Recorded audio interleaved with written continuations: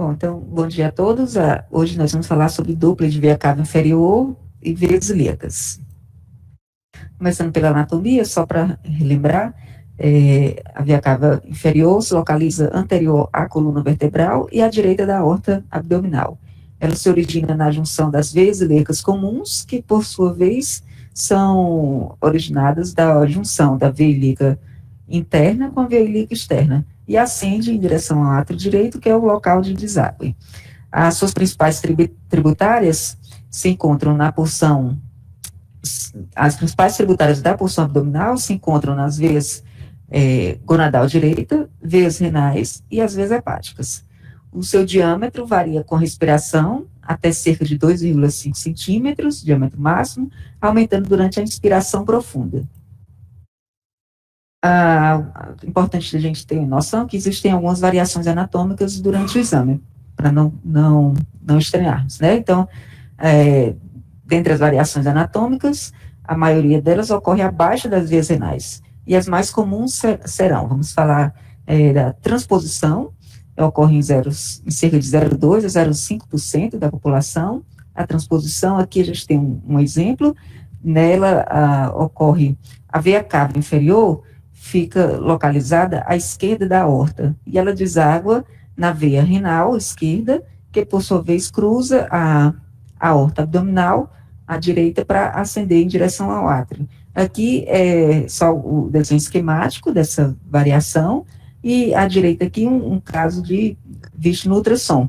A veia cava no axial, aqui à esquerda da aorta, e mais ou menos no nível infrarrenal, né?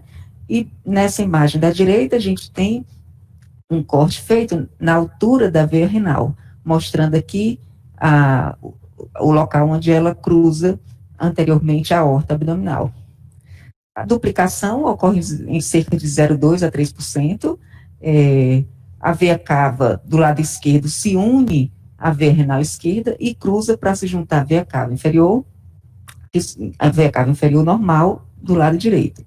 Então, aqui um corte axial, mostrando no centro a aorta abdominal, a veia cava inferior direita e ela aqui duplicada à esquerda da aorta.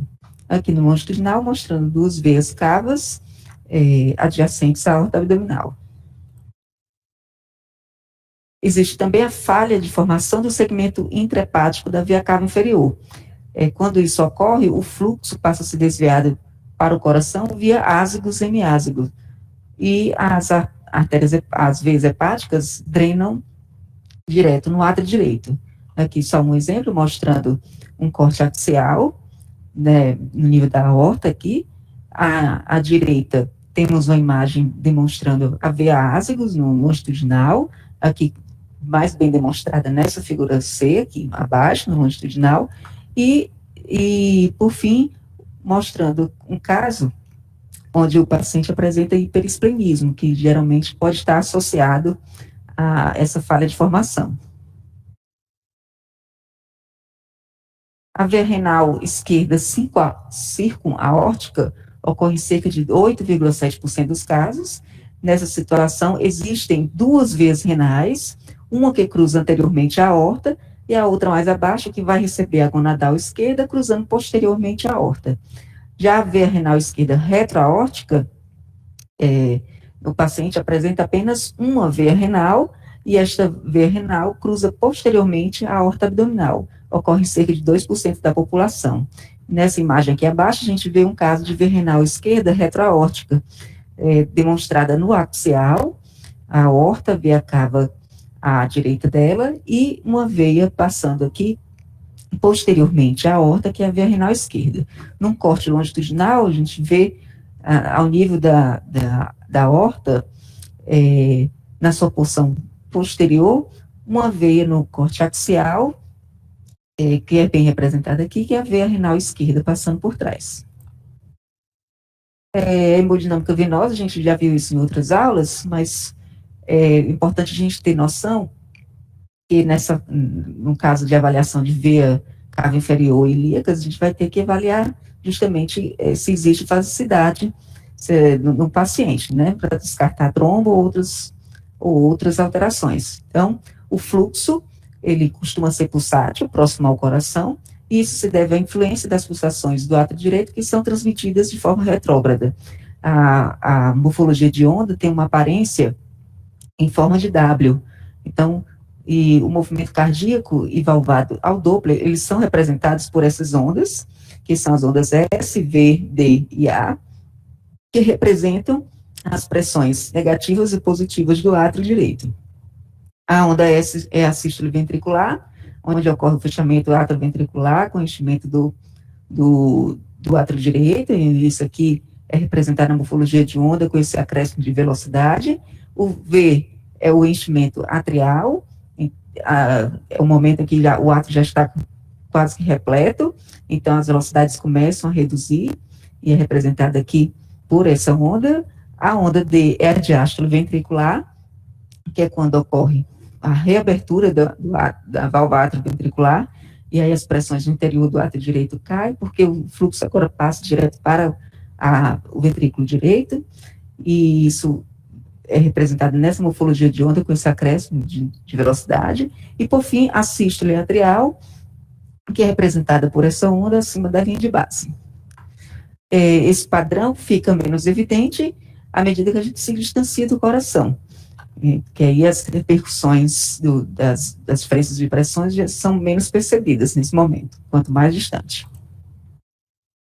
A via cava inferior, ela tem uma grande variabilidade de fluxo, então há influência tanto das pressões intratorácicas quanto das pressões abdominais, é representada aqui por essa morfologia de onda fásica, e na inspiração profunda a gente sabe que diminui o retorno venoso para o tórax, ocorrendo o oposto na expiração, como está demonstrado aqui nessa imagem.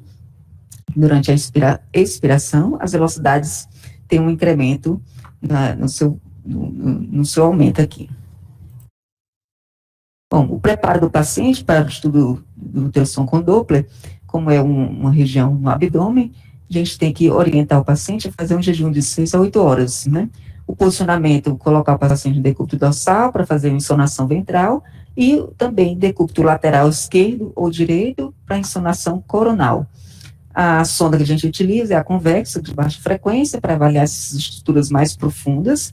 No modo B, é feita uma varredura axial e longitudinal da via cava inferior, a veia ilíaca comum e as externas.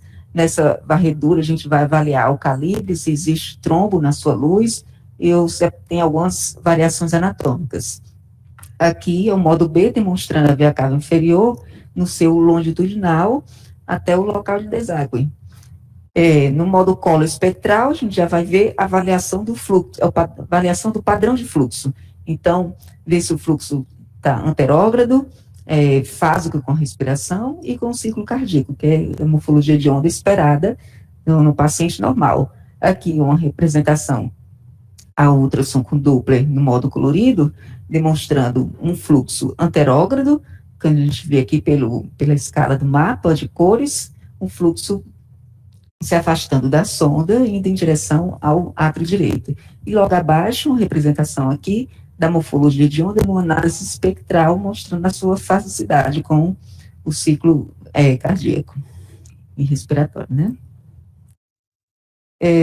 Obstrução da via cava inferior, a principal causa de obstrução é a trombose, ela ocorre frequentemente por extensão direta de TVP dos membros inferiores ou na pelve. Outras causas também que podem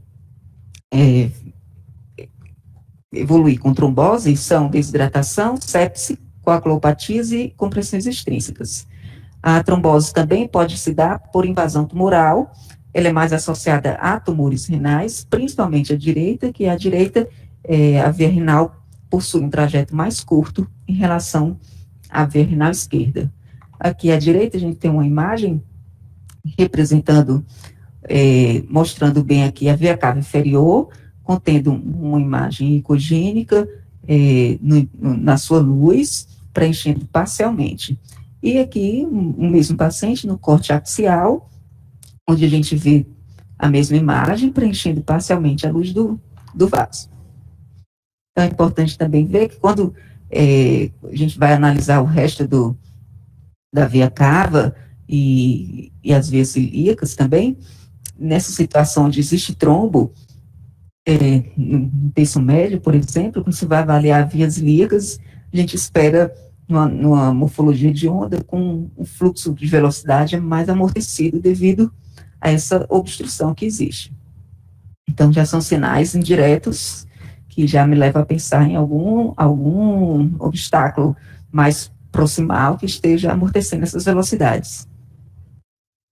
E nessas situações onde há obstrução, existem as colaterais para poder fazer a drenagem dos membros, das estruturas que estão mais distais à obstrução. Então, tem a rota profunda, que é feita pelas vias lombares ascendentes, o sistema ásgos hemiásgos, a rota intermediária, que é feita pelo sistema periuretral bilateral, caso a via renal esteja patente, e a via gonadal esquerda.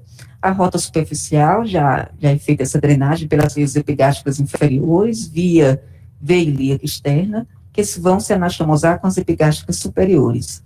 E, por fim, a rota portal, onde o fluxo se inverte nas veias ilíacas internas até o plexo hemorroidário e ascende em direção à mesentérica superior, que vai seguir o seu trajeto pela via porta.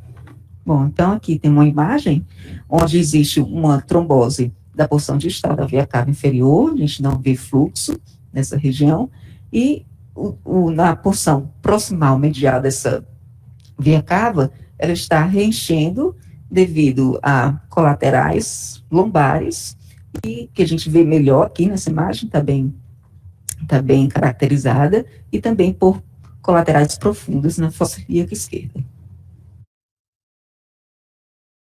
Bom, outro caso de obstrução pode ser a síndrome de Budd-Chiari, que pode ocorrer obstrução tanto total quanto parcial do segmento hepático da veia cava inferior por uma membrana fibromuscular.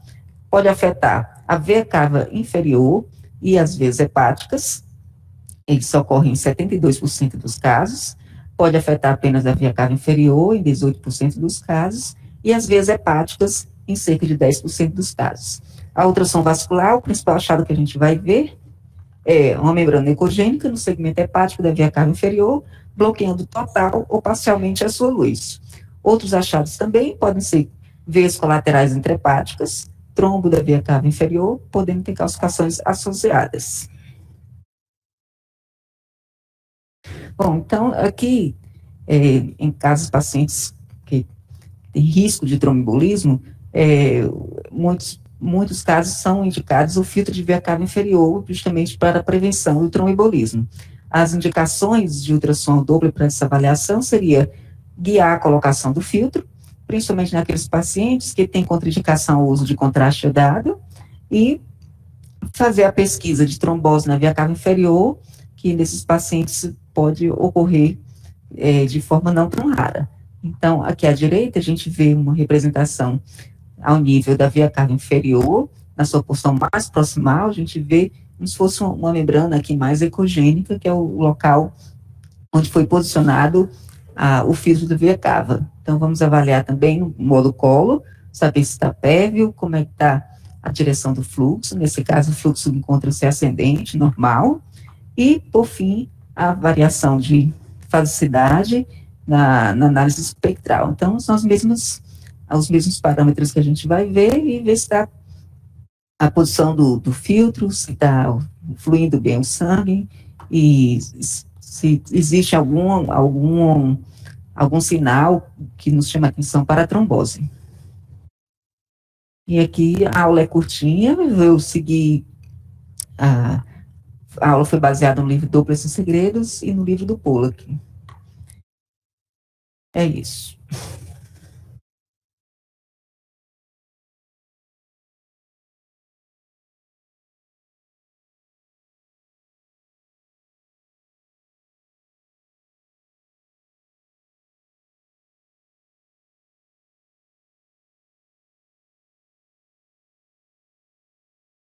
Agradecer a sua aula, muito boa. Como uma revisão, né, como você falou, lembrar das variações anatômicas, para não julgar que tenha uma condição pós-trombótica, né, uma alteração pós-trombótica crônica, né, certo? lembrar de membranas, né, como você falou, né, a gente pode ter algumas variações anatômicas que levam à trombose, né, certo?